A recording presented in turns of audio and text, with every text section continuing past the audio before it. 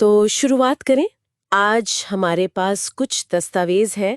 मन से तन की चिकित्सा, आयुर्वेद का मार्ग। हाँ हाँ बिल्कुल। हम सबने सुना ही है वो कहावत, जैसा सोचोगे वैसा बनोगे। हाँ पर हाँ ये दस्तावेज कहते हैं कि आयुर्वेद इसे कहीं ज्यादा गहराई से देखता है। सही कहा।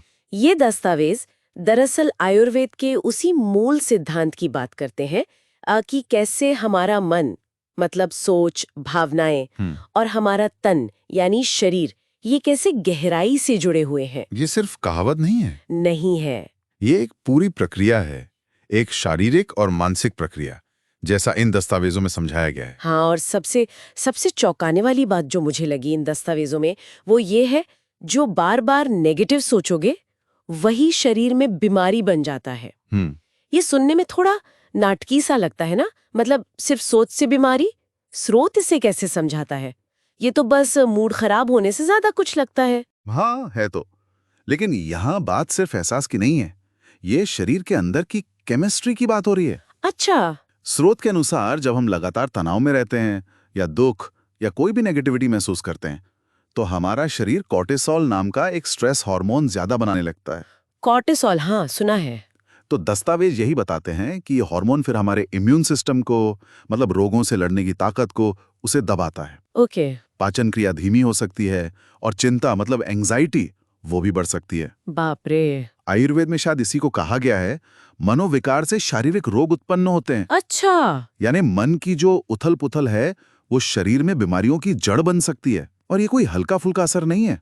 स्रोत ये भी बताता है कि लगातार बढ़ा हुआ कॉर्टिसोल शरीर की जो अपनी मरम्मत की प्रक्रियाएं होती है ना, हाँ हाँ। उनको भी रोक सकता है, बाधित कर सकता है। अच्छा, तो ये एक तरह का केमिकल कनेक्शन हुआ, सोच से हार्मोन और फिर हार्मोन से शरीर पर सीधा असर। दिलचस्प है। बिल्कुल। इन दस्तावेजों में इसे निपटने के कुछ तरीके भी बताए हैं क्या? कुछ व्यवहारिक चीजें? हाँ हाँ बताए हैं, जैसे रोज अपने विचारों को एक तरह से साफ करना, डिटॉक्स करना। विचारों को डिटॉक्स करना कैसे?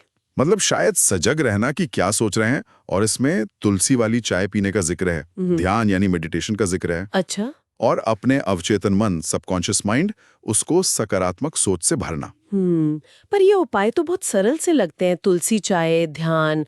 क्या ये वाकई कॉर्टिसोल जैसे शक्तिशाली हार्मोन का मुकाबला कर सकते हैं? देखिए, सवाल तो वाजिब है, पर स्रोत का तर्क शायद ये नहीं है कि तुलसी चाय पियो और कॉर्टिसोल ब्लॉक हो गया। हाँ। बल्कि आयुर्वेद का नजरिया ये है कि ये छोटी लगने वाली क्रियाएं जब हम नियमित रूप से करते हैं, तो वो हमारे तनाव के प्रति जो हमारी प्रतिक्रिया होती है, उसको बदलती हैं। अच्छा। ओके। ध्यान करना या शांति से चाय पीना, ये आदतें उस मानसिक बेचैनी को कम करती हैं जो कॉर्टिसोल को बढ़ाती है।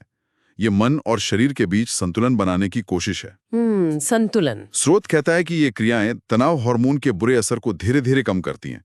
इसमें लिखा भी है, ये दिखने में छोटी बात है, लेकिन इसी से बड़ी बड़ी हीलिंग शुरू होती है। मतलब ये एक धीमी प्रक्रिया है। हाँ, कोई जादू की छड़ी नहीं है, ये जीवन शैली में बदलाव की बात है, धीरे धीरे असर होता है। तो कुल मिलाकर इन दस्तावेजों का जो सार निकल रहा है वो ये है कि आयुर्वेद के नजरिए से हमारी लगातार नेगेटिव सोच सिर्फ एक मानसिक स्थिति नहीं है। बिल्कुल नहीं। ये कोर्टिसोल जैसे हार्मोन्स के जरिए हमारे शरीर, हमारे फिजियोलॉजी पर सीधा असर डाल सकती है। बिल्कुल। और लंबे समय में बीमारी भी बन सकती है। सही। और रोज की छोटी पॉजिटिव आदतें इस नेगेटिव साइकिल को तोड़ने में और वो संतुलन वापस लाने में मदद कर सकती हैं। बिल्कुल सही समझा।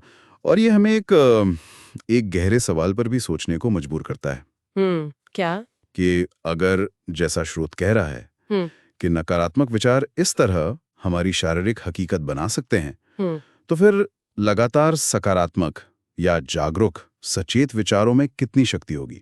हाँ, ये तो सोचने वाली बात है। क्या वो सिर्फ बीमारियों से बचाना तक ही सीमित है, या उनमें सक्रिय रूप से हमारे शारीरिक स्वास्थ्य को बेहतर बनाने कि उसे और उन्नत करने की भी क्षमता हो सकती है?